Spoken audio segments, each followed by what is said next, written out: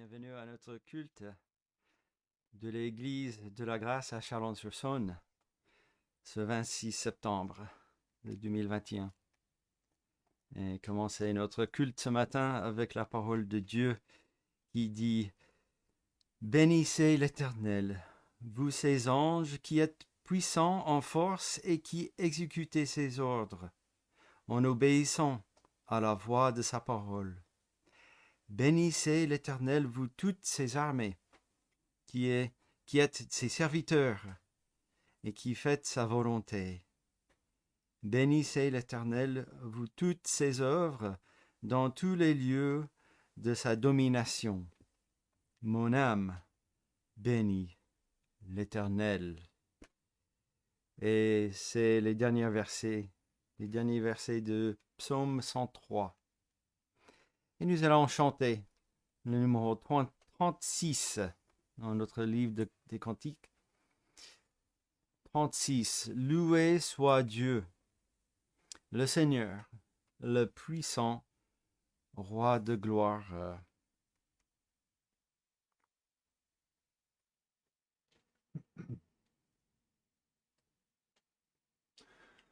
Loué soit Dieu, le Seigneur, le puissant roi de gloire.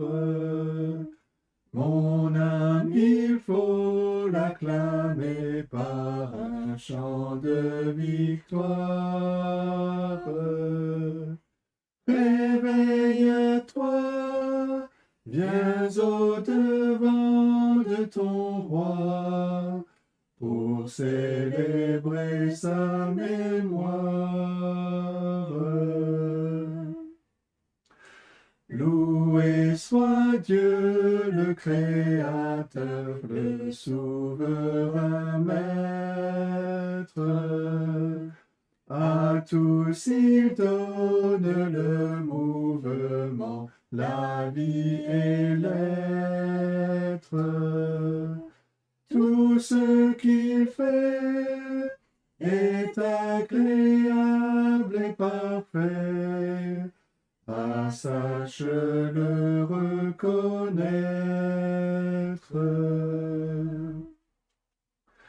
Loué soit Dieu, sa bonté chaque jour se révèle. Il t'a donné la santé, t'a gardé sous son aile. Ses tendres soins pourvoient à tous tes besoins. Vois combien il est fidèle. Loué soit Dieu, que les anges lui rendent hommage, que sa louange sur terre en tout lieu se propage, qu'à l'unisson tout en moi chante son nom. Alléluia, d'âge en âge.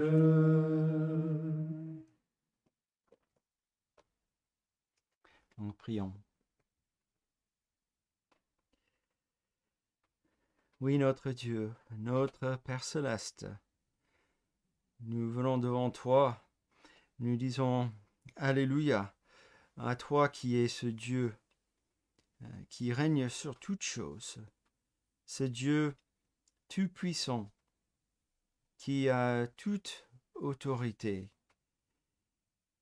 qui fait tout selon sa volonté, et que celui qui a toutes ses voies qui sont droites et justes, car tu es ce Dieu qui a créé toutes choses, et donc tu es ce Dieu qui a l'autorité divine et suprême sur toutes choses. Tu es ce Dieu qui est majestueux, parfait et saint. Tu es ce Dieu qui a donné l'autorité aux nations qui sont sur cette terre. Tu es celui qui dirige même tout ce qui se passe ici-bas. Et même des nations qui se rebellent contre toi et ces leaders en eux-mêmes qui aussi, par nature, sont des rebelles, ceux qui se dressent contre toi. Eh bien, toi qui sièges aux cieux, qui ris en face de cette rébellion, ce qui dit la parole dans les psaumes chapitre 2. Et c'est l'homme qui pense qu'il est roi et qui a le contrôle et l'autorité. Eh bien, c'est notre faiblesse en fait. Et Seigneur, nous avons besoin de toi qui vient, qui te révèle toi-même en tant que ce Dieu juste et saint, aussi ce Dieu de grâce et de miséricorde qui est manifesté en ton Fils Jésus-Christ, celui qui a fait cette œuvre nécessaire pour nous, pour possibilité que nous, tes créatures rebelles, que nous pouvons se présenter devant toi en étant couverts par ce sang de Jésus-Christ, celui qui a donné sa vie pour enlever nos péchés devant ta face. Et donc, nous te louons, nous voulons reconnaître que toi, tu as pourvu toutes choses, et ça, c'est pas de notre part que nous pouvons mériter un salut ou d'être en présence de toi par nous-mêmes. C'est en Jésus-Christ que nous voulons devant toi. Et nous te louons parce que nous ne méritons pas ces choses, effectivement. Seigneur, que tu nous aides par ton esprit maintenant de élever nos voix, ouvrir nos cœurs en reconnaissance, en louange, en adoration à toi, car toi, tu en es digne de toutes ces choses. Aide-nous à mettre de côté, en arrière, toutes nos préoccupations qui nous distraient en ces moments, car nous sommes un peuple qui ont besoin d'être rassasiés, encouragés toujours par ta parole. Ô Seigneur, aide ton Église, viens en secours de ton Église, et non seulement pour nous, pour toutes tes enfants qui se réunissent pour t'adorer sur cette terre aujourd'hui, que tu leur donnes la force, non seulement physique, pour vivre, pour marcher avec toi dans ce monde ici-bas, les fortifier spirituellement aussi, et d'avoir confiance en toi, que toi, tout ce que tu fais est bon, et pour l'édification de ton Église. Il y en a dans le monde qui sont persécutés, qui sont même mis à mort pour leur foi. Et Seigneur, que dans ces endroits, que tu donnes la paix à ton peuple, à toute l'oppression et l'opposition à toi et à ce salut en Jésus-Christ. Seigneur, que tu, toi, par ta puissance, que tu limites ceux qui oppressent et opposent et que tu fais briller ta gloire et ta splendeur.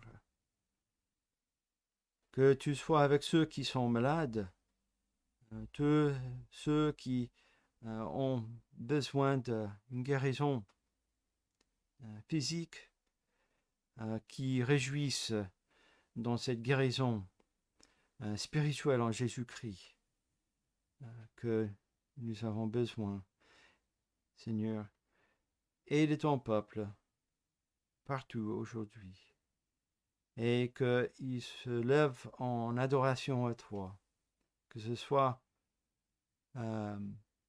quelque chose agréable à toi, en Jésus-Christ, notre Sauveur.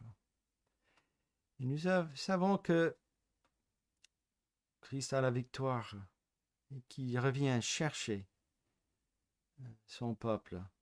Donc en attendant, tu nous aides à vivre, à marcher avec toi et te rendre gloire à toi chaque jour de nos vies. En Jésus-Christ, nous te demandons ces choses. Amen. Et maintenant, nous allons lire un psaume, quelques psaumes en arrière de leçon 3, et le psaume 97. Mais avant, nous sommes toujours dans notre série des prédications des juges, et je parlais avec Benita hier, et on se disait que s'il y a une chose que nous pouvons nous rappeler sur de ces juges, c'est deux phrases. Il n'y avait pas de roi en Israël, et l'autre, c'est quoi? Que chacun faisait ce qui lui semblait bon, n'est-ce pas? Ces deux phrases-là vont nous rester sûres. Et à un autre village à Saint-Rémy, je ne peux pas m'empêcher de voir à chaque fois que je rentre du travail, quelqu'un a fait un tag sur un mur qui dit « Ni Dieu ni maître ». Alors Philippe, je pense que tu sais où je parle, parce que tu passes souvent aussi, je pense. Laura aussi, je pense.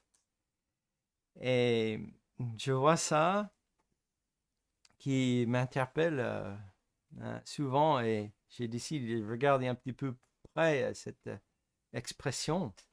Eh bien, c'est une devise anarchiste qui devient du 19e siècle. Une devise bien française des écrivains français. Et ça exprime la volonté de l'individu de ne se soumettre à aucune autorité, que ce soit politique ou divine. L'homme qui veut vivre même sans aucune contrainte. Eh bien, le point que je veux faire, en fait, c'est qu'il n'y avait pas de roi. Et que ici, dans cette expression, eh bien, ça veut dire que nous voulons être notre propre roi, n'est-ce pas? Et même, je dirais plus loin, sans le dire formellement, dans une expression ou des groupes qui adoptent cette expression. L'homme, dans sa nature, il n'a pas besoin de le dire. Dans sa nature, il fait cela face à Dieu. Il veut être son propre roi et fait sa propre volonté. Mais dans le psaume 97, c'est autre chose.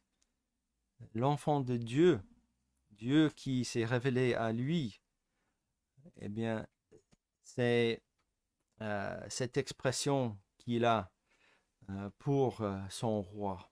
Et nous allons lire le psaume 97 qui commence par l'Éternel règne, Adonai. Que la terre soit dans l'allégresse, que les îles nombreuses se réjouissent, les nuages et l'obscurité l'environnent, la justice et l'équité sont à la base de son trône. Le feu marche devant lui et embrase alentour ses adversaires. Ses éclairs illuminent le monde, la terre le voit et tremble. Les montagnes se fondent comme la cire devant l'Éternel, devant le Seigneur de toute la terre. Les cieux publient sa justice, et tous les peuples voient sa gloire. Ils sont confus, tous ceux qui servent les images, qui se font gloire des idoles. Tous les dieux petit d se prosternent devant lui. Sion l'entend et se réjouit. Les filles de Juda sont dans l'allégresse à cause de tes jugements, ô Éternel. Car toi, Éternel, tu es le Très-Haut sur toute la terre. Tu es souverainement élevé au-dessus de tous les dieux. Vous qui aimez l'Éternel, haïssez le mal. Il garde les âmes de ses fidèles. Il les délivre de la main des méchants.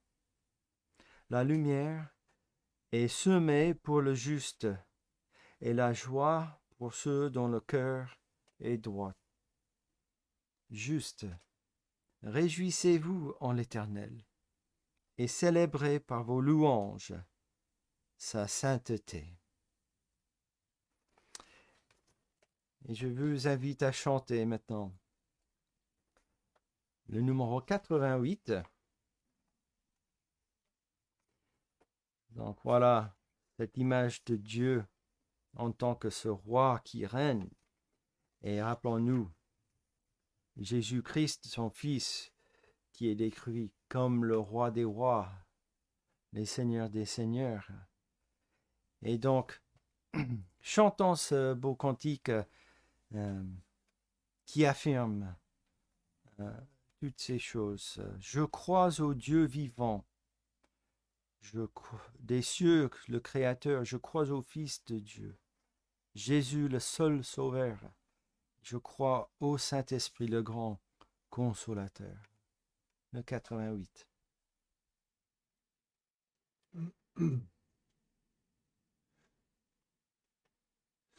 Je crois au Dieu vivant, des cieux le Créateur.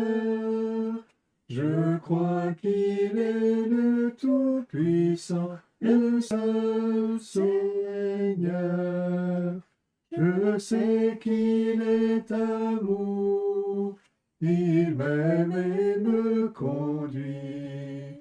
Il est ma force et mon secours, mon ferme appui. Je crois au Fils de Dieu, Jésus le seul Sauveur. Je crois qu'il est venu des cieux pour nous pécheurs. Il est mort sur la croix, il sort du froid tombeau. Ô joie, il vit et règne en moi, il vient bientôt. Je crois au Saint-Esprit, le grand consolateur. Je crois que des divins écrits, il est l'auteur. Il a scellé ma foi, il me guide et m'instruit. Par lui, Jésus habite en moi, par lui je vis. Donc, il vit et règne en moi, et il vient bientôt. Et voilà une expression de l'enfant de Dieu. Et nous allons lire maintenant dans le Nouveau Testament, dans l'Évangile selon Jean, passage que nous connaissons bien, c'est le chapitre 3. Donc,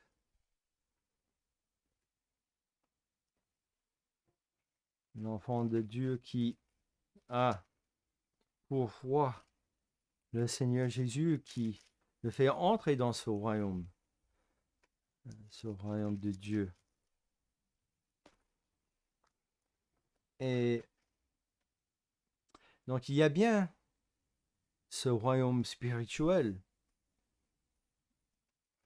Et nous voyons ici, avec ce pharisien Nicodème, et les explications de Jésus, que nous ne pouvons pas voir ce royaume par nous-mêmes dans notre état de péché par nature. Mais Dieu le révèle et lui donne. Et donc, lisons verset 1 à verset 7, le chapitre 3. Mais il y eut un homme d'entre les pharisiens, nommé Nicodème, un chef des Juifs, qui vint, lui, auprès de Jésus de nuit et lui dit, « Rabbi, nous savons que tu es un docteur venu de Dieu, car personne ne peut faire ces miracles que tu fais, si Dieu n'est avec lui. » Jésus lui répondit, « en vérité, je te le dis, si un homme ne naît de nouveau, il ne peut voir le royaume de Dieu. » Nicodème lui dit, « Comment un homme peut-il naître quand il est vieux? Peut-il rentrer dans le sein de sa mère et naître? » Jésus répondit, « en vérité, je te le dis, si un homme ne naît d'eau et d'esprit, il ne peut entrer dans le royaume de Dieu. Ce qui est né de la chair est chair, et ce qui est né de l'esprit est esprit. Ne t'étonne pas que je t'ai dit, il faut que vous naissiez de nouveau. » Et jusque là, la lecture. Et voilà, qui est bien dit, un homme ne naît de nouveau, il ne peut voir le royaume de Dieu. Et donc c'est quelque chose que Dieu fait ici. L'homme, il ne peut pas,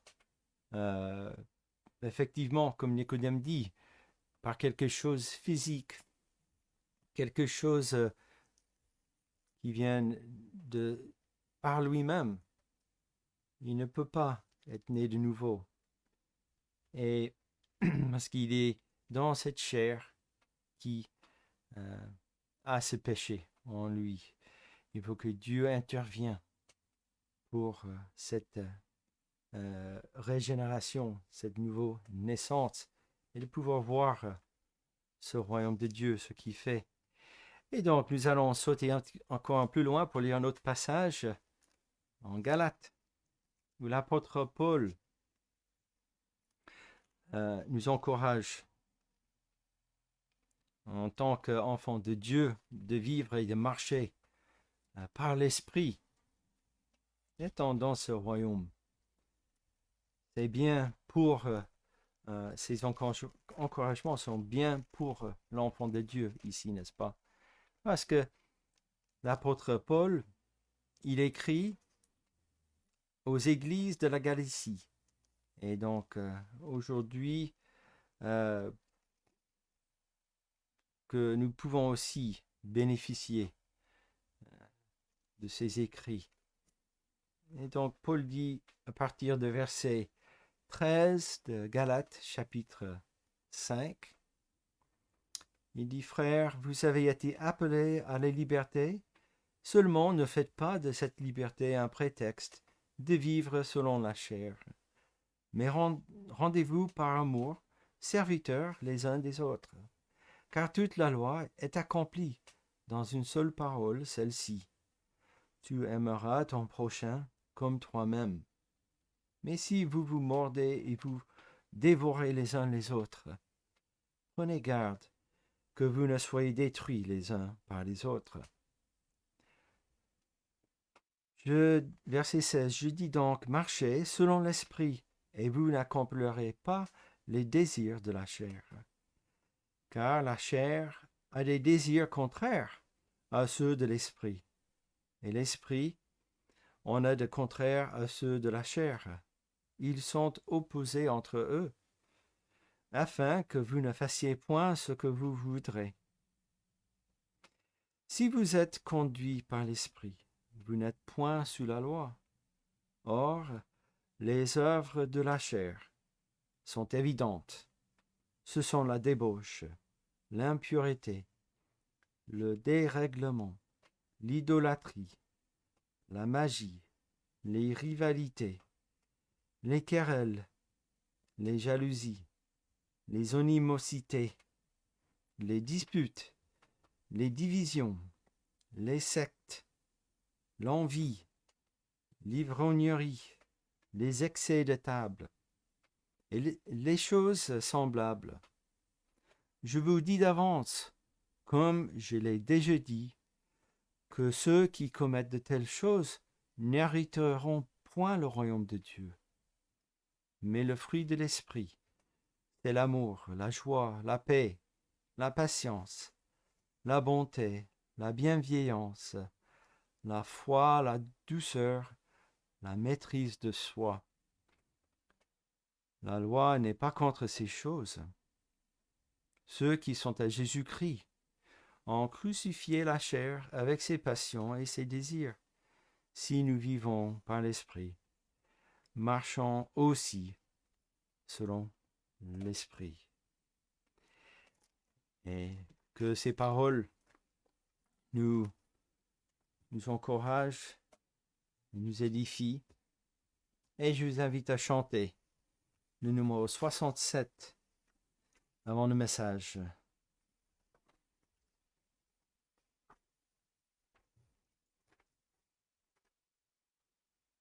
À l'agneau sur son trône. Et je souligne le strophe numéro 4. À l'agneau tous les trônes et toutes les couronnes. Il est le maître souverain. Les temps sont en sa main.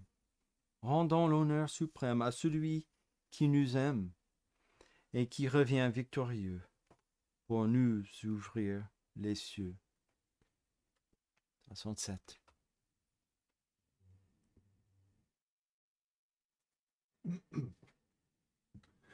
À l'agneau sur son trône, apportant la couronne, il l'a conquise sur la croix, il est le roi des rois. Éveille-toi, mon âme, bénis, adore, acclame, avec tous les anges du ciel, Jésus Emmanuel.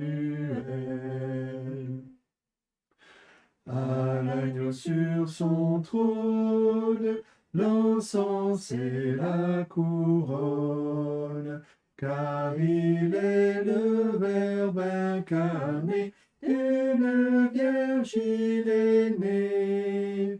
Ô sagesse profonde, le Créateur du monde, pour vaincre le mal triomphant, s'est fait petit enfant.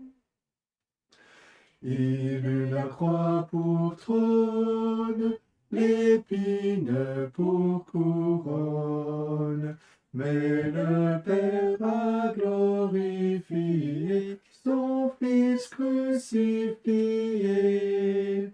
Ô prince de la ville, la mort est à servir. Hors de la tombe il est monté, Christ est ressuscité.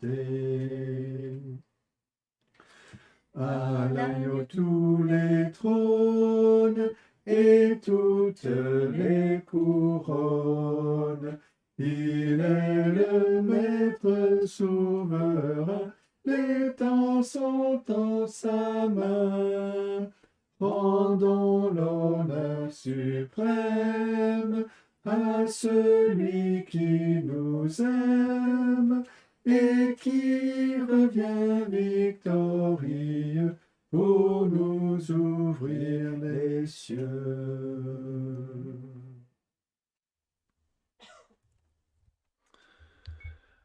Merci. Et je vous invite à ouvrir la parole de Dieu dans le livre des Juges. Juges chapitre 19. On peut se demander si le Seigneur Jésus-Christ est sur le trône, pourquoi les événements dans le livre des Juges chapitre 19 peuvent arriver. Je ne sais pas si vous avez eu l'occasion de lire ce chapitre avant ce matin, mais c'est un chapitre qui est terrible. Mais comme nous allons le voir, c'est une application ou une confirmation de ce que Paul dit dans sa lettre aux Romains, dans les premiers chapitres, où l'homme refuse les choses de Dieu, il refuse Dieu, il préfère le mensonge à la vérité, il retient la vérité captive. Et l'apôtre Paul donne ensuite les conséquences avec cette expression « c'est pourquoi Dieu les a livrés ». Et à 3 reprises, il utilise cette expression pour montrer que le jugement de Dieu vient sur la désobéissance de l'être humain. Et c'est ce que nous allons voir dans ce chapitre 19 du livre des Juges. Juges 19, et nous allons lire le chapitre en entier. Commençons donc au verset 1. Et voici la parole de Dieu.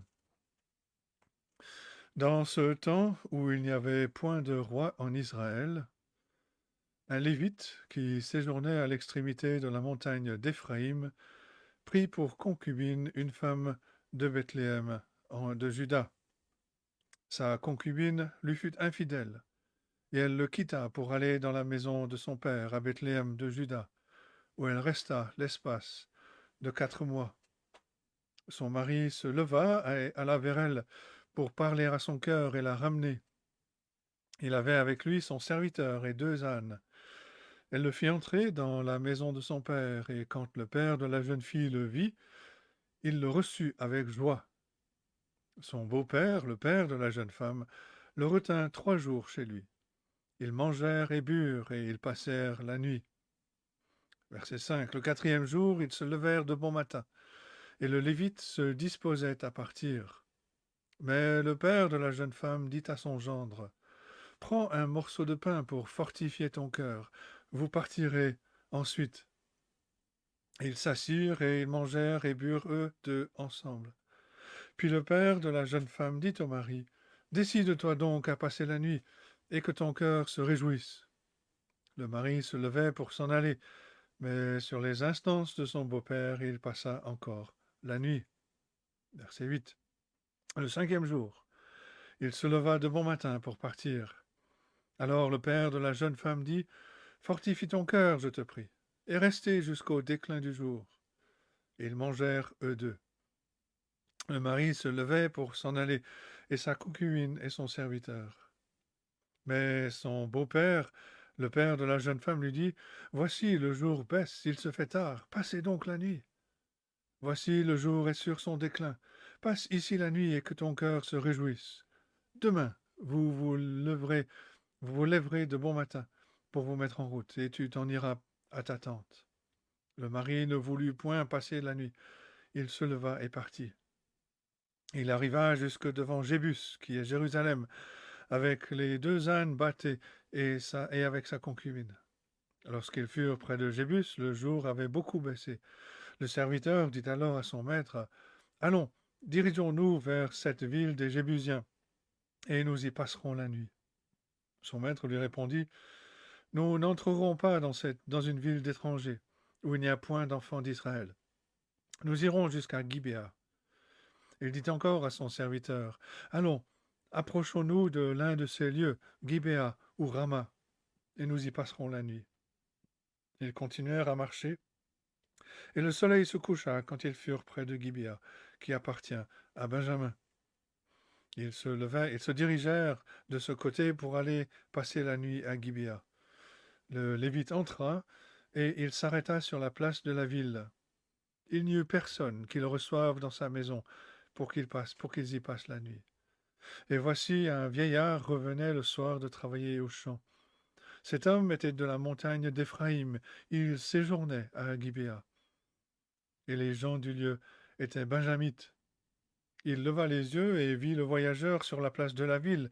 Et le vieillard lui dit, « Où vas-tu et d'où viens-tu » Il lui répondit, « Nous allons de Bethléem de Juda jusqu'à l'extrémité de la montagne d'Éphraïm, d'où je suis. J'étais allé à Bethléem de Juda et je me rends à la maison de l'Éternel. Mais il n'y a personne qui me reçoive dans sa demeure. Nous avons cependant de la paille et du fourrage pour nos ânes. Nous avons aussi du pain et du vin pour moi, pour ta servante et pour le garçon qui est avec tes serviteurs. Il ne nous manque rien. » Le vieillard dit, « Que la paix soit avec toi. Je me charge de tous tes besoins. Tu ne passeras pas la nuit sur la place. » Il les fit entrer dans sa maison, et il donna du fourrage aux ânes. Les voyageurs se lavèrent les pieds, puis ils mangèrent et burent. Pendant qu'ils étaient à se réjouir, voici, les hommes de la ville, gens pervers, entourèrent la maison, frappèrent à la porte et dirent au vieillard, maître de la maison, « Fais sortir l'homme qui est entré chez toi, pour que nous le connaissions. » Le maître de la maison, se présentant à eux, leur dit, « Non, mes frères, ne faites pas le mal, je vous prie. Puisque cet homme est entré dans ma maison, ne commettez pas cette infamie. Voici, j'ai une fille vierge, et cet homme a une concubine. Je vous les amènerai dehors.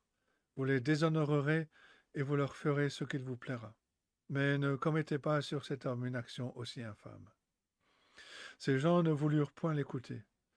Aussi, alors l'homme prit sa concubine et la leur amena dehors. Ils la connurent, et ils abusèrent d'elle toute la nuit jusqu'au matin. Puis ils la renvoyèrent au lever de l'aurore. Vers le matin, cette femme alla tomber à l'entrée de la maison de l'homme chez qui était son mari, et elle resta là jusqu'au jour. Et le matin, son mari se leva, ouvrit la porte de la maison et sortit pour continuer son chemin. Mais voici la femme, sa concubine, était étendue à l'entrée de la maison, les mains sur le seuil. Il lui dit, « Lève-toi, et allons-nous-en. » Elle ne répondit pas. Alors le mari la mit sur un âne, et partit pour aller dans sa demeure. Arrivé chez lui, il prit un couteau, saisit sa concubine, et la coupa, membre par membre, en 12 morceaux, qu'il envoya dans tout le territoire d'Israël. Tous ceux qui virent cela dirent, « Jamais rien de pareil n'est arrivé, et ne s'est vu depuis que les enfants d'Israël sont montés du pays d'Égypte jusqu'à ce jour. Prenez la chose à cœur, consultez-vous et parlez. » Et c'est la parole de Dieu. On pourrait presque s'attendre à ce que une histoire de l'idolâtrie du peuple d'Israël soit suivie d'une histoire de péché pervers parmi le peuple d'Israël. Personne ne rejette Dieu sans sombrer dans le péché. Que ce soit le péché comme la perversion sexuelle, le mensonge, le vol ou le meurtre, ou le péché que l'on pense propre et étincelant, de créer sa propre religion avec ses traditions, avec son sacrificateur, son prêtre, son éphode, tout en rejetant la vérité de Dieu. Tous sont des péchés. Les deux extrêmes sont le résultat de l'idolâtrie. Et l'idolâtrie, comme nous l'avons déjà entendu ce matin, c'est remplacer Dieu avec son propre Dieu, petit d, ce qui revient généralement à la question de se mettre en avant. Le refrain qui caractérise cette période, nous avons déjà vu ce matin, c'est que les gens faisaient ce qui était juste à leurs yeux, ce qui leur semblait bon. Et ce qu'ils considéraient juste était très en conflit avec le caractère de Dieu, le caractère que Dieu a révélé dans sa loi. Le Dieu que Moïse avait révélé, avait enseigné, n'était même pas sur le radar du peuple pendant une grande partie de cette période des juges. Pourtant, le peuple avait besoin d'un roi. Comme le refrain le dit, il n'y avait pas de roi en ce jour-là, il n'y avait pas de roi en Israël. Chacun faisait ce qui lui semblait bon. Le peuple avait besoin d'un roi pour les encourager, pour les mettre au défi de bien faire. Après 400 ans d'inconstance, d'un cycle répété de péché, d'oppression, confession, de délivrance, puis de retour du péché, Dieu va finalement donner au peuple choisi le premier d'une multitude de rois. Mais la triste histoire, c'est que la plupart des rois d'Israël ont également fait ce qui était juste à leurs propres yeux, ce qui leur semblait bon. Et les rois eux-mêmes avaient besoin d'un roi plus grand qui les conduirait à faire le bien. Ils avaient eux aussi besoin du roi, du Seigneur Jésus-Christ. Et pendant 1500 ans, Dieu a préparé son peuple, le peuple qu'il avait choisi, à recevoir le roi Jésus-Christ. Et quand le roi est venu, que s'est-il arrivé? Qu'est-il arrivé? Le peuple a rejeté ce roi parce qu'ils ont insisté pour faire ce qui était juste à leurs propres yeux, pour faire ce qui leur semblait bon. Et l'histoire n'a pas changé pour nous. Nous devons embrasser le Seigneur Jésus-Christ comme notre roi. Ou alors nous sombrons dans un abîme semblable à ce qui est décrit dans cette histoire très peu recommandable. La loi immuable de Dieu, c'est que lorsque les gens qu'ils rejettent le Seigneur Jésus-Christ qui est venu nous présenter et nous réconcilier avec Dieu, lorsque les gens rejettent le Seigneur Jésus-Christ, lorsqu'ils rejettent Dieu, ils sombrent dans le péché. Et parfois, le péché peut s'exprimer en perversion grossière. Parfois, le péché est exprimé dans une religion claire, limpide, une religion faite maison, faite par l'homme. Mais les deux sont des expressions de la rébellion contre Dieu. Cela apporte la colère sous une forme ou une autre. Et nous devons donc apprendre de l'histoire de ce texte, à quoi ressemble l'horreur du péché. Et que le résultat soit que nous allions courir pour embrasser le Seigneur Jésus-Christ, le Roi, le Sauveur, celui qui nous réconcilie avec Dieu. Premier grand point, une tragédie innommable. Et nous l'avons dans les 26 premiers versets de ce chapitre. La communion ou la fraternité n'est pas une indication de droiture ou de justice. Certaines communions, certaines fraternités peuvent être contre-productives. C'est pour ça que la parole de Dieu nous rappelle que la lumière et les ténèbres ne peuvent pas avoir de communion. Dans l'histoire qui est devant nous, un Lévite est allé chercher sa concubine et a fini par avoir trop de communion, trop de fraternité. Le texte commence, verset 1. Dans ce temps où il n'y avait point de roi en Israël, un Lévite qui séjournait à l'extrémité de la montagne d'Éphraïm prit pour concubine une femme de Bethléem de Juda. Je vais juste mettre une carte. Voilà. Donc, Éphraïm en orange. Et donc, il a pris pour femme une concubine une femme de Bethléem.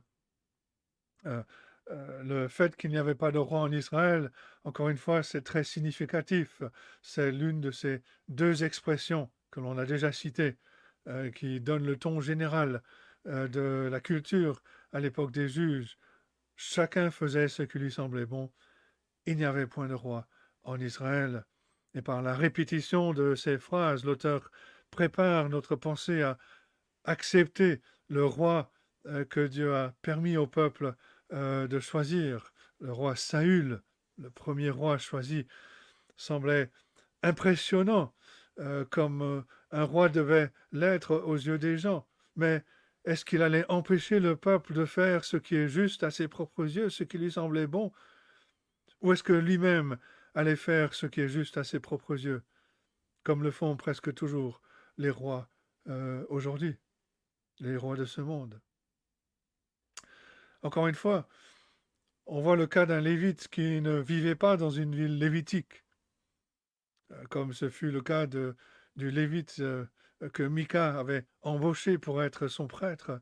Ici, nous lisons qu'un certain lévite vivait temporairement dans les bois, dans les collines d'Éphraïm. Il se trouvait au nord de Jérusalem, au nord de Gibéa. Donc, dans la région, sur la carte, ça serait dans la région de Bethel, quelque part par là.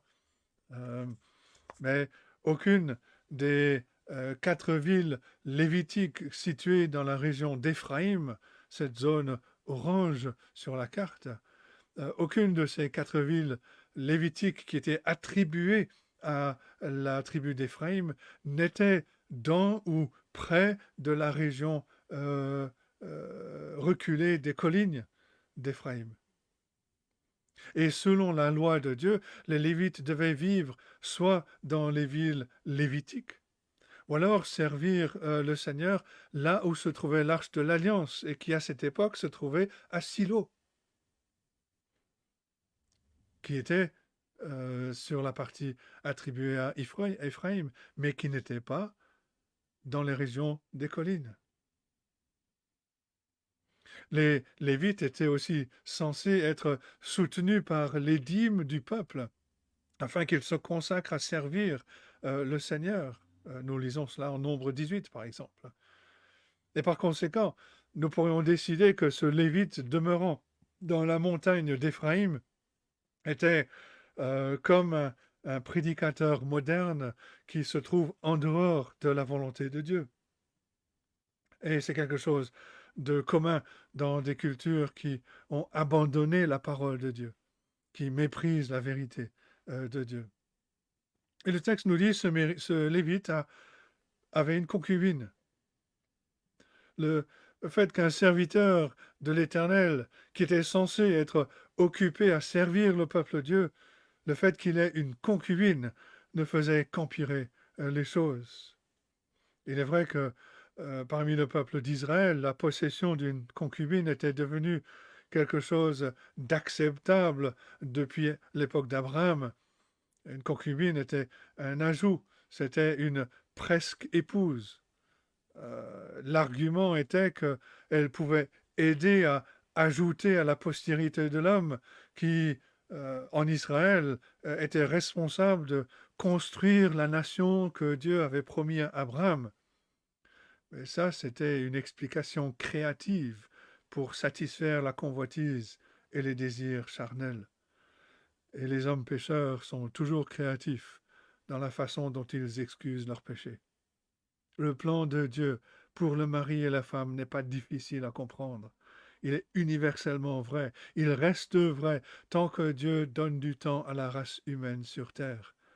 Au commencement, Dieu dit en Genèse 2, verset 24, « C'est pourquoi l'homme quittera son père et sa mère, s'attachera à sa femme, et ils deviendront une seule chair. » Et pour plus de clarté, Jésus a répété la même règle à ceux qui la questionnaient. Matthieu 19, verset 4 à 6. Jésus répondit, « N'avez-vous pas lu que le Créateur, au commencement, fit l'homme et la femme, et qu'il dit, « C'est pourquoi l'homme quittera son père et sa mère, et s'attachera à sa femme, et les deux deviendront une seule chair. Ainsi, ils ne sont plus deux, mais ils sont une seule chair. Que l'homme donc ne sépare pas ce que Dieu a joint. » Cela semble assez clair. Le plan de Dieu ne permet pas qu'une autre femme soit amenée dans l'union d'une seule chair. C'est un homme, une femme. Mais voilà, telle était la culture au temps des juges. Verset 2, sa concubine lui fut infidèle. Et elle le quitta pour aller dans la maison de son père à Bethléem de Juda, où elle resta l'espace de 4 mois. Et le mot traduit par infidèle signifie en réalité être sexuellement immoral, jouer la prostituée. Et ce terme, la plupart du temps, parle de l'infidélité du peuple d'Israël quand il a couru après les faux dieux païens. Dieu décrit par ce terme son peuple Israël comme une femme infidèle qui agit comme une prostituée. C'est un terme qui est fort. Et on voit que la relation entre cet homme et sa concubine n'était pas une relation harmonieuse. Elle y était infidèle. Elle commet l'adultère et elle l'abandonne pour retourner chez son père à Bethléem. C'est une aliénation totale, puisque quitter un maître, quitter un mariage, même si celui-ci est de seconde classe, si on peut le dire, c'était quelque chose qui était absolument inadmissible. Et pourtant, le Lévite attend 4 mois avant d'aller la voir pour parler à son cœur et la ramener. Certains commentateurs ont proposé que l'homme lui donnait le temps de se calmer, de souffler un peu. Mais ça, c'est sûrement lire ou imposer des sensibilités modernes dans le texte. De toute évidence, le Lévite n'est pas trop préoccupé par le retour de sa concubine, même si, au bout d'un certain temps, il a fini par aller la chercher, parce qu'il voulait soit obtenir une faveur sexuelle, soit retrouver son statut de maître, de propriétaire d'une concubine. Mais ce n'était pas une relation amoureuse, c'était ni une relation durable. Et le père de la concubine reçut le Lévite avec joie. Et il le retint 3 jours. Et finalement, il va le persuader de rester 5 jours. La culture du Proche-Orient antique exigeait que l'on montre l'hospitalité, de sorte que, dans un sens, le traitement du Lévite par le père est une chose à laquelle on peut s'attendre. C'était quelque chose de normal à cette époque. Mais pourtant, ces versets vont décrire le père comme étant trop exigeant, presque désespéré, insistant. Pourquoi? Parce que les peines pour l'adultère, pour l'abandon d'un maître, d'un propriétaire, étaient sévères. C'était la mort de la personne. Et c'était la honte pour la famille. Et le père de la concubine semble veiller à ce que le Lévite ne porte pas plainte. Et il est profondément soulagé d'apprendre que le Lévite était simplement venu pour la ramener chez lui. Le fait intéressant dans le texte, c'est que rien n'est dit. Rien ne dit que la femme a été persuadée.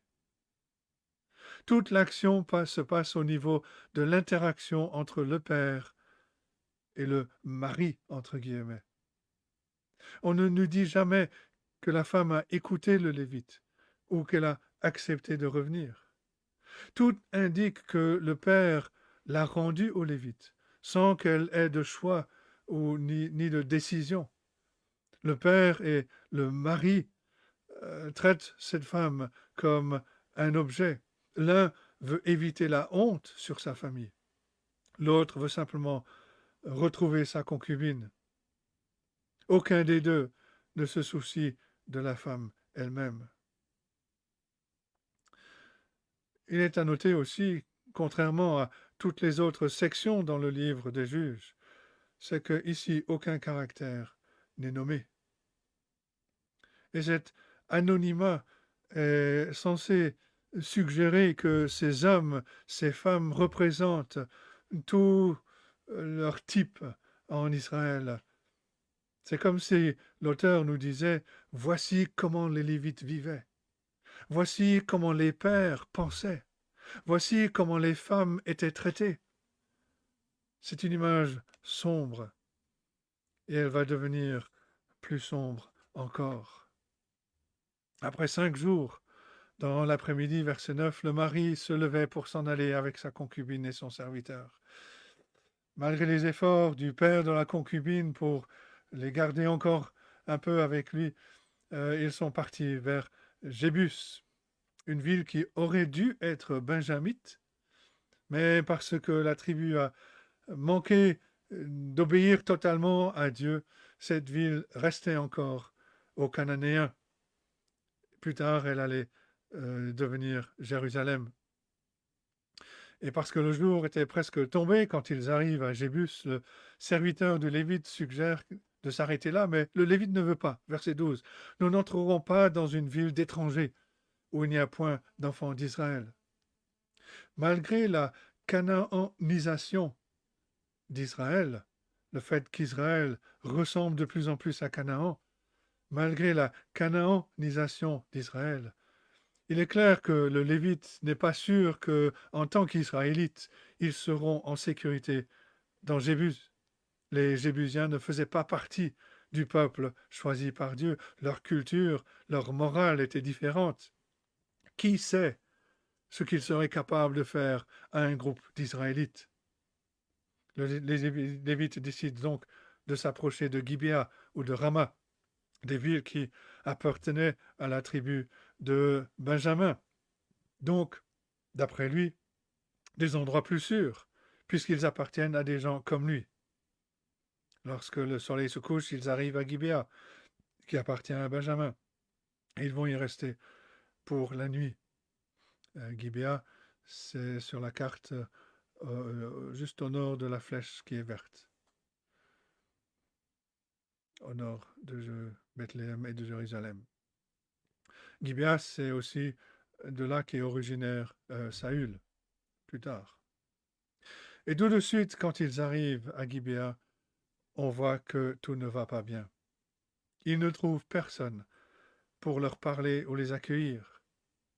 L'hospitalité du père de la concubine est remarquable par son absence ici. Il y a seulement un vieux Éphraïmite, c'est même pas un Benjamite, c'est quelqu'un d'Éphraïm qui leur parle. Il entend qui ils sont, d'où ils viennent et où ils vont. Il va les accueillir dans sa maison, versets 16 à 21. Et le verset 20 indique qu'il y a quelque chose de plus dangereux dans cette ville que simplement de l'indifférence. Le vieux Éphraïmite est en train de dire aux Lévites, quoi que tu fasses, ne passe pas la nuit sur la place, ne passe pas la nuit dehors. Mais qu'est-ce qui se passe? C'est pourtant pas un lieu isolé dans le désert. C'est pourtant pas une ville cananéenne. C'est Israël, c'est le pays que Dieu a donné au peuple qu'il avait choisi. Qu'est-ce qui pouvait être dangereux sur la place? Le vieil homme n'est pas de Gibéa. Il vient des collines d'Éphraïm, de la même région d'où venait le Lévite. Soit dit en passant, ces deux hommes étaient d'une région très proche de la maison de Mika, rappelez-vous, qui avait établi sa propre religion, acheté un prédicateur. seulement pour le perdre aux mains des Danites qui sont passés par là en chemin vers le nord. Et apparemment, ce vieil homme savait comment étaient les gens de Gibea, et il n'osait pas laisser ce Lévite rester dans la rue. Et le verset 22 nous montre pourquoi. Les hommes de la ville, gens pervers, entourèrent la maison, frappèrent à la porte et dirent au vieillard maître de la maison, « Fais sortir l'homme qui est entré chez toi, pour que nous le connaissions. » Et le verbe connaître, c'est dans le sens de Genèse 4, verset 1. Adam connut Ève, sa femme, et elle enfanta. Il voulait avoir des rapports sexuels avec le Lévite.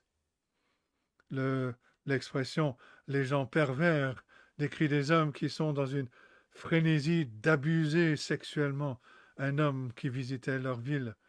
Ce mot signifie des gens mauvais, des bons à rien, qui étaient déterminés à détruire.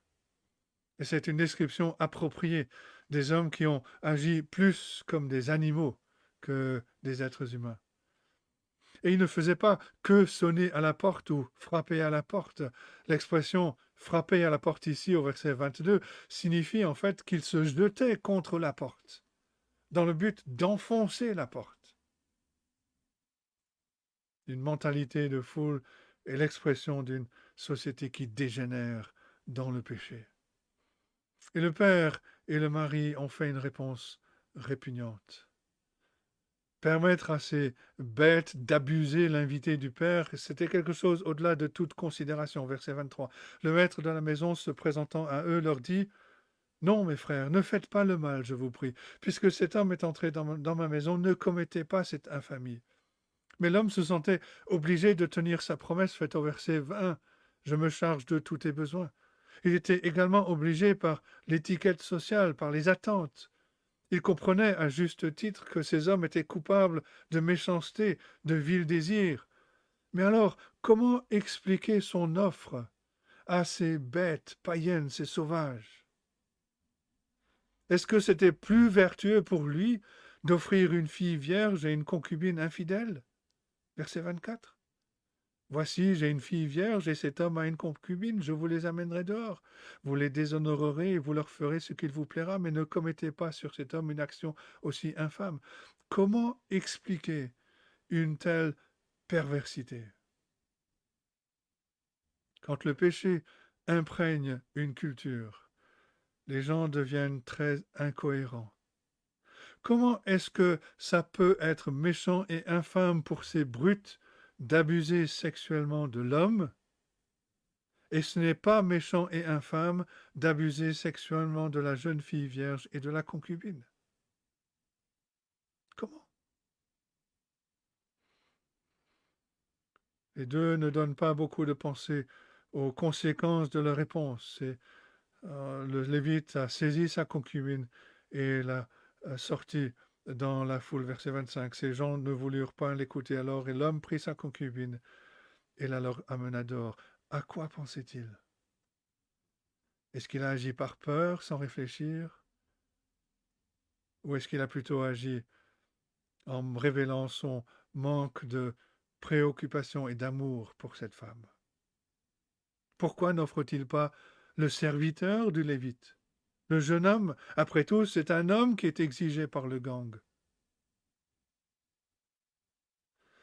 Parce que l'Éphraïmite, comme le Lévite, comme le père de la concubine, voit les femmes comme des biens moins précieux, plus sacrifiables qu'un homme. C'est de cette façon que les cultures environnantes considéraient les femmes. Tragiquement, la concubine n'aurait pas été plus en sécurité dans la ville de Jébus. Et c'était cette vision qui avait imprégné les hommes d'Israël, plutôt que le principe de création de Dieu, que l'homme et la femme sont tous deux créés à son image, tous deux intrinsèquement précieux, complémentaires mais égaux en valeur. Et au lieu d'être influencés par la révélation, le principe de la création de Dieu, ils étaient imprégnés par la vision du monde. C'est un incident si terrible que nous devrions faire très attention de tracer des lignes nettes entre leur époque et la nôtre. Mais il vaut peut-être la peine de se poser les questions suivantes si nous sommes des hommes chrétiens. Est-ce que nous écoutons notre culture sur la façon dont nous devrions considérer, traiter ou regarder les femmes? Ou bien est-ce que nous sommes imprégnés par la révélation de la parole de Dieu? De quelle façon est-ce que nous risquons de traiter les femmes comme des biens, comme des choses? Ce sont des questions auxquelles nous, les hommes, devons répondre. Ce qui se passe ici à Gibéa est très similaire aux événements de Sodome en Genèse 19, les 11 premiers versets. Des gens arrivent en ville, en Genèse 19, ce sont des anges. Les hommes entourent la maison, cherchent à défoncer la porte, exigent d'avoir des relations sexuelles avec un homme ou des hommes. L'hôte supplie les hommes de ne pas le faire, il leur propose plutôt des femmes. Les seules différences sont que dans Sodome, chaque homme faisait partie de la foule. Ici, ce sont quelques-uns des hommes méchants pervers. Et à Sodome, les visiteurs étaient des anges qui ont simplement frappé tous les hommes d'aveuglement. Ici, à Gibéa, le Lévite prit sa concubine et la le ramena dehors. Ils la connurent et ils abusèrent d'elle toute la nuit jusqu'au matin. Ça vaut la peine de se rappeler que ce sont des faits qui sont arrivés, des faits qui devraient nous bouleverser. Sodome est un grand exemple dans l'Ancien Testament de la rébellion contre Dieu, qui apporte à juste titre sur lui-même le jugement de Dieu. Et le parallèle entre cette ville païenne de Sodome et Gibéa, la ville israélite, porte un message évident. Voici le peuple que Dieu a choisi. Le peuple qui a reçu les alliances d'Abraham, de Moïse, la loi, les prophètes, le tabernacle, l'Exode, plus récemment les juges libérateurs. Et malgré tout cela, ils ne valent pas mieux que les Cananéens, que les nations païennes qui n'avaient reçu aucune de ces bénédictions. Le peuple d'Israël ne s'avère pas meilleur que les autres. Ils sont devenus comme Sodome. Et voilà à quoi ressemble une culture quand la loi de Dieu lui permet de livrer les gens à leur convoitise. Romains chapitre 1. C'est pourquoi Dieu les a livrés. On doit avoir pitié de cette pauvre femme, même si elle avait été infidèle. Et pourtant, avec toute la culture, elle a prouvé cette réalité. Vous moissonnez ce que vous semez. Vous moissonnez après avoir semé, et vous moissonnez plus que vous semez. Oui, c'est la loi de Dieu, mais nous ne devrions jamais nous réjouir de voir les pécheurs récolter les conséquences de leurs péchés. C'est une tragédie innommable. Deuxième grand point, une réponse qui est pire. Les versets 27 à 30. Les versets suivants sont déchirants dans leur brièveté, dans leur intensité. À l'aube, après une nuit entière, la femme a été libérée. Verset 25. Elle retourne à la maison, verset 26, et elle a tombé à l'entrée de la maison de l'homme chez qui était son mari, et elle resta là jusqu'au jour. Et le Lévite la trouve, verset 27, étendue à l'entrée de la maison, les mains sur le seuil. Quand il lui parle, verset 28, elle ne répond pas.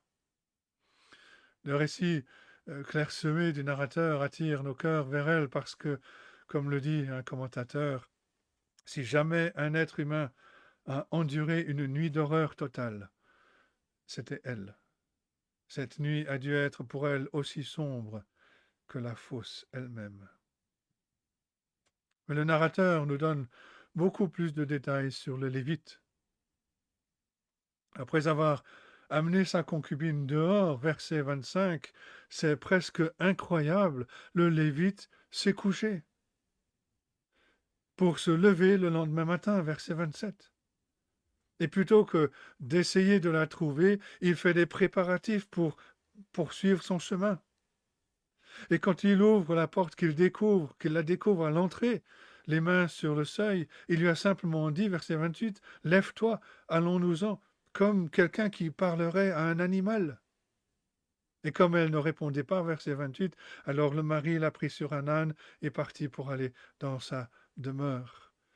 Il a transporté ce qui semble être le cadavre de sa concubine. Et puis arrivé chez elle, il se mit à le découper.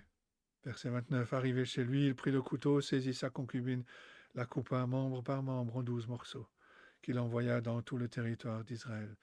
Mais qu'est-ce que c'est que ça? On ne peut que conclure que par cet acte macabre, le Lévite essayait de souligner un point.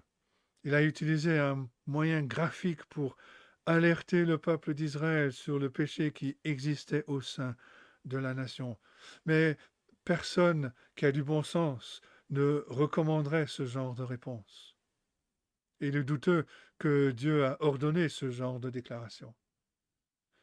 Et cependant, il a montré comment les gens du peuple choisis par Dieu étaient devenus incroyablement méchants. C'est un rappel sinistre de l'argument de Paul que ceux qui sont nés israélites ne sont pas tous israélites. Et que tous ceux qui sont nés en France ou dans un autre pays qui prennent une décision religieuse ne sont pas forcément les vrais disciples du Christ. Ce qui explique pourquoi des personnes qui se disent chrétiennes peuvent se montrer méchantes. Quand les chefs des diverses tribus ont reçu ce message macabre, ils se sont concertés, verset 30, ils ont tous convenu que la nation avait vécu quelque chose de nouveau. Tous ceux qui virent cela dirent « Jamais rien de pareil n'est arrivé et ne s'est vu depuis que les enfants d'Israël sont montés du pays d'Égypte jusqu'à ce jour. » Cet acte de méchanceté barbare est devenu un jalon dans l'histoire d'Israël. Bien des années plus tard, Osée, le prophète, a fait référence au jour de Gibéa. Il dit en Osée 9, verset 9, « Ils sont plongés dans la corruption comme au jour de Gibéa. L'Éternel se souviendra de leur iniquité. Il punira leur péché. » Osée 9, verset 9. Effectivement, ils ont raison, les anciens, les chefs. Jamais rien de pareil n'est arrivé et ne s'est vu en Israël. Mais ce ne sont pas seulement les attitudes et les actions des habitants de Gibéa, c'est aussi celles du Lévite qui sont répréhensibles. Toutes les actions sont répréhensibles. Le péché est de tous les côtés. Il est partout.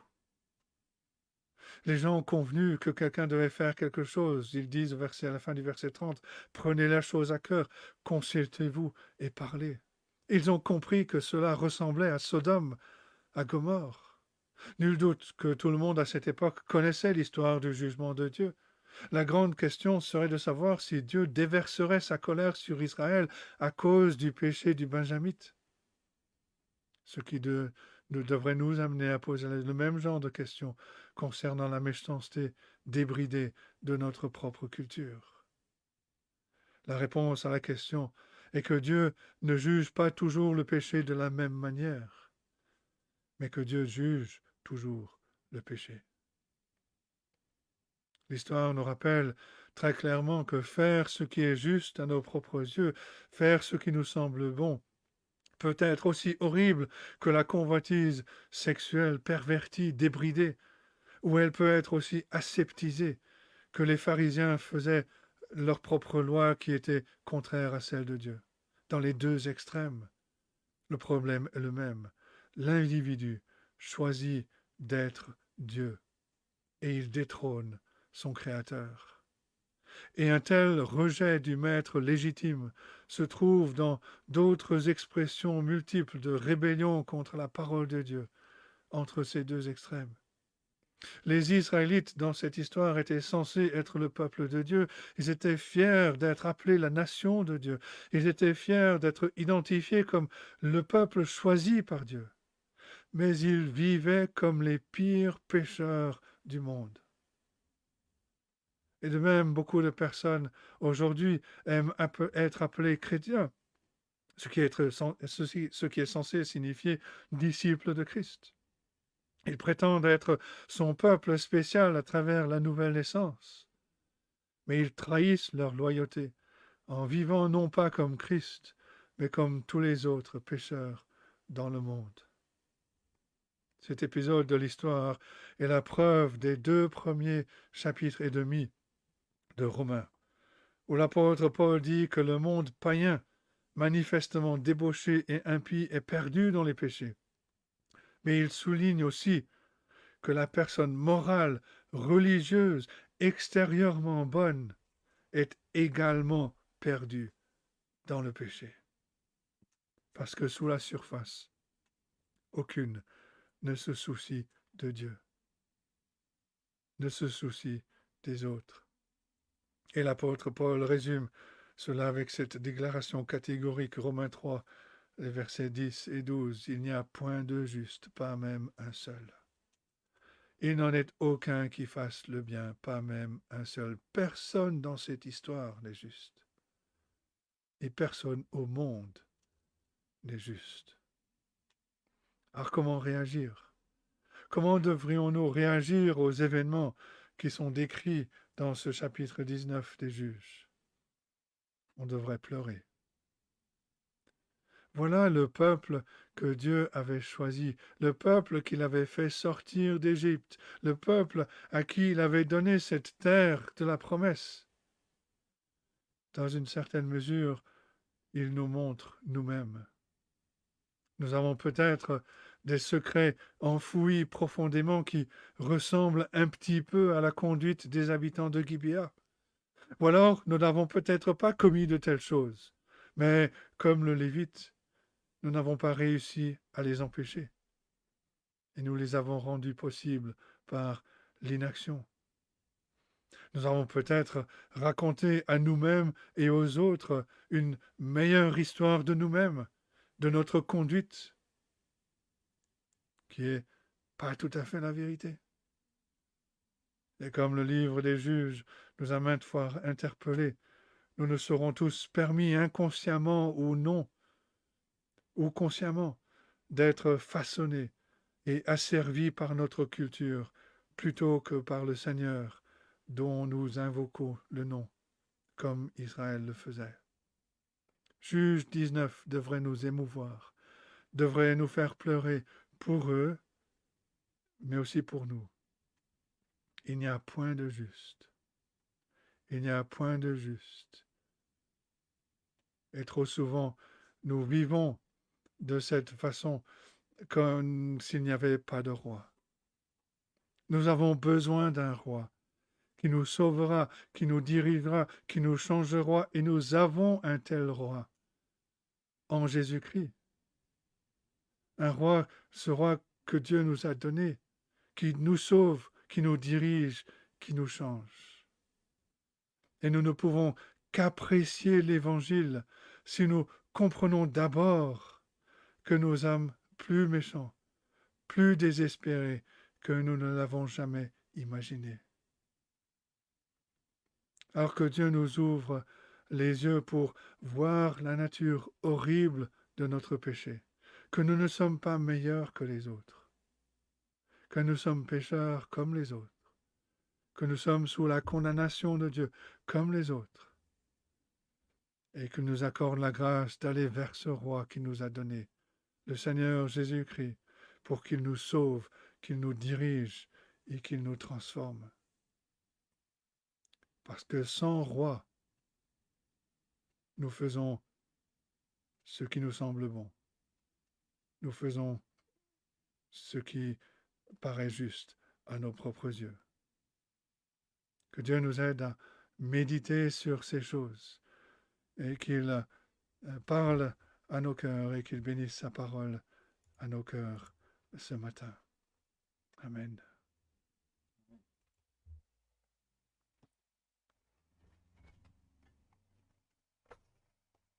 Merci Philippe. Merci Philippe. Et je vous propose de chanter maintenant le numéro 82. 82. Le titre, c'est simplement Majesté. À lui la majesté.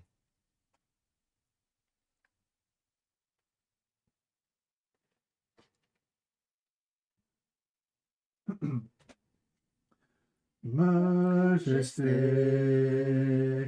à lui la majesté, à Jésus, sois louange, honneur et gloire. Majesté, suprême autorité, du haut des cieux, son règne vient sur tous les cieux. Exaltons et célébrons le nom de Jésus. Glorifions et proclamons Jésus-Christ le roi. Majesté, à lui la majesté. Dans notre cœur, Christ Sauveur, régnant Seigneur.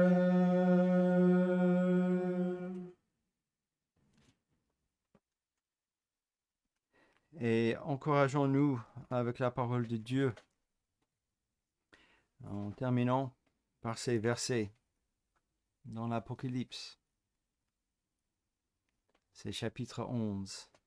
À partir de verset 15, nous lisons: Le 7e ange sonna de la trompette, et il y eut dans le ciel de fortes voix qui disaient: Le royaume du monde est remis à notre Seigneur et à son Christ, et il régnera au siècle des siècles. Et les 24 vieillards qui étaient assis devant Dieu sur leur trône tombèrent face contre terre, et ils adorèrent Dieu en disant: Nous te rendons grâce, Seigneur, Dieu Tout-Puissant, qui est et qui était, car tu as saisi de grande puissance et pris possession de ton règne. Et jusque-là, la parole de Dieu. C'est la fin de notre culte ce matin. Donc, bon dimanche à vous tous et que Dieu vous bénisse cette semaine. À la prochaine.